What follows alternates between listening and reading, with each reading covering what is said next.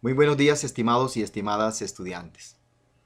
El video que hoy realizamos tiene como objeto aclarar algunas dudas eh, de las últimas reflexiones hechas eh, en esos quizzes que hemos estado realizando. El primer asunto que me gustaría aclarar es que el término complejidad que estamos usando eh, no está aquí directamente relacionado con el término complicado o difícil. Es necesario entender que en estas perspectivas, sobre todo la que estamos abordando del profesor Edgar Morin y el pensamiento complejo, está muy alejado de esa idea de lo difícil. Es probable que ustedes en el diccionario encuentren como complejo algo difícil. Acá vamos a mostrar, o estoy intentando mostrar desde hace rato, que no es un sinónimo. Eh, Cuando hablamos acá de complejo, en esta perspectiva moriniana, nos estamos refiriendo básicamente a esa intención o esa puesta en acto de un tipo de pensamiento que intenta unir, entretejer, tejer una serie de elementos que hacen parte de un fenómeno, de un sistema. He estado recalcando que el pensamiento de la simplicidad ha tenido clásicamente como característica el hecho de dividir los fenómenos, de dividir los asuntos que estudia en muchos pedacitos. En esta medida he afirmado que analítico aquí precisamente significa dividir en partes. Entonces es característica fundamental del pensamiento de la simplicidad dividir en partes. Si vamos a estudiar el cuerpo, lo dividimos en la cabeza y tomamos cientos de partes de la cabeza y habrán especialistas en cada una de ellas. El cuerpo y etcétera, podemos ir haciéndolo así y tener como ejemplo las mismas universidades, ¿no? La universidad tiene, ella es el universo, lo grande. Sin embargo, ustedes entran a una facultad y la facultad ya allí de entrada tiene unos programas o unas carreras. Entonces usted entra a la facultad, pero en la facultad lo mandan para el programa tal. Y en el programa le dicen, miren, aquí vamos a ver las siguientes áreas del conocimiento. Y cada uno de los profesores de las áreas le dicen, miren, aquí vamos a ver estas materias o asignaturas. Y el profesor de la asignatura le dice, mire, aquí vamos a ver estas unidades, pero no vamos a ver en cada clase la unidad, sino este pedacitico de la unidad. Entonces fíjense que ese es un ejemplo de la reflexión, de la forma de ver el mundo analítica, es decir, simplista, en este caso. El pensamiento complejo lo que intenta es tejer, cuando está abordando un problema, una serie de elementos, una serie de partes, una serie de aspectos que la gente ha ido dejando porque no hacen parte del pedacito. Entonces ese como primer elemento, el intento de unir en vez de separar. A su vez hemos dicho que este tipo de pensamiento complejo no le teme a la incertidumbre, no le teme a lo inesperado, a lo incierto, no le teme a lo caótico. En esa medida entonces somos conscientes que cuando estamos estudiando, investigando un fenómeno por ejemplo social, como el que suelen estudiar ustedes en las facultades de ciencias sociales, eh, no es un asunto que se pueda hacer dividiendo hasta su mínima expresión este fenómeno. Se trata al contrario de revisar una serie de aspectos, una serie de elementos que allí intervienen para ver en ese montón de entrelazamientos que va surgiendo de nuevo. A sabiendas que cuando estamos haciendo ese tipo de trabajo, cualquier cosa puede suceder. Lo social puede ser interrumpido en cualquier momento por los más múltiples aspectos y ya se fue por otro lado la investigación. Pero igualmente, cuando estamos investigando fenómenos complejos, siempre en ese entrelazamiento que intentamos hacer de la serie de elementos, pueden surgir asuntos nuevos y no podemos evadirlos.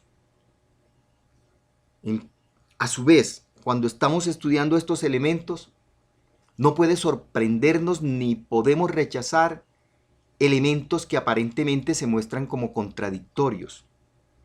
En ese sentido, el profesor Morán constantemente invita a que tengamos la intención como mínimo de establecer un diálogo entre esos elementos que parecen contradictorios. Es lo que hemos denominado en algunas de estas clases el principio dialógico del pensamiento complejo. Es un tipo de ejercicio que invita a no temerle a aquello que parecen dos perspectivas contrarias. Reflexionemos sobre ella, miremosla y vemos qué nos puede aportar cada una de ellas, en vez de excluir una y decir, esta es falsa, esta ya no nos sirve. En el mismo sentido, es necesario empezar a entender que esta perspectiva de complejidad que estamos abordando no tiene como objeto esperar que el fenómeno que estamos abordando sea susceptible de ser entendido del todo. Si bien sabemos que la función de la ciencia es exprimir y saber mucho sobre los asuntos que abordamos, sin lugar a dudas se nos van a quedar por fuera muchos elementos. Cuando un elemento es complejo, ese elemento no se va a dejar matematizar, ordenar, comprender de manera clara y precisa, de modo que podamos decir, esto es así y nada más. No. Hay algunos pensadores, en el texto hemos mencionado al profesor Lewin, quienes suponen que hay sistemas que en principio cuando los estamos estudiando no los podemos ordenar.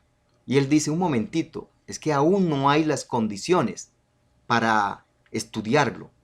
No tenemos el algoritmo específico para entender eso, no tenemos una matemática para entenderlo, pero no tenemos una herramienta, un computador, un programa para reflexionar sobre eso. Pero si nos dan un tiempo, dice el profesor, eso lo podremos entender. En esta perspectiva estamos diciendo, es un hecho, y no nos da miedo, y no es una irresponsabilidad suponerlo, es un hecho que hay fenómenos que vemos todos los días que no se van a dejar explicar, entendiendo aquí explicar cómo esta es la causa primera, precisa y única que dice por qué se da este fenómeno. Entonces, tampoco vamos a ir en esa perspectiva de suponer que un fenómeno es complejo porque ahora no se deja trabajar, pero más adelante sí. En esa medida, también algunos autores suponen que el fenómeno es complejo simplemente por la gran cantidad de interacciones que allí interactúan, que allí la gran cantidad de elementos que se entremezclan. Y podemos decir, tampoco es la cantidad, lo cuantitativo, lo que me hace que el fenómeno sea complejo. Si bien a más fenómenos es probable que exista mayor complejidad, no es eso lo que aquí estamos tratando de hacer el énfasis. Hemos dicho, hay un montón de elementos, tienen unos contactos impresionantes, se entremezclan, se ven difíciles, es probable que se vean difíciles, pero en esas conexiones siempre está presente lo caótico, lo incierto. Y eso se parece mucho más a lo que el profesor Morán nos ha estado tratando de aclarar.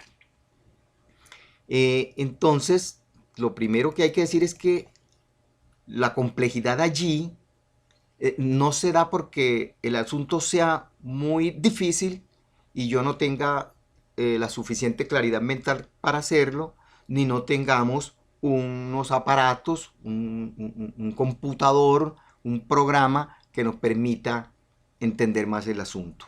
Entonces, no es por ahí.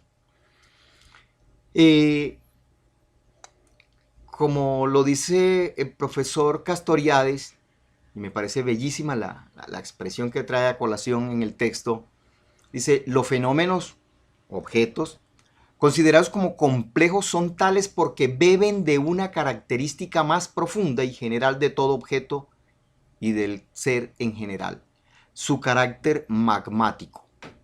Diremos que un objeto es magmático cuando no es exhaustiva y sistemáticamente ensidizable, es decir, reducible a elementos y relaciones que dependen exclusivamente y de forma homogénea de la lógica ensídica.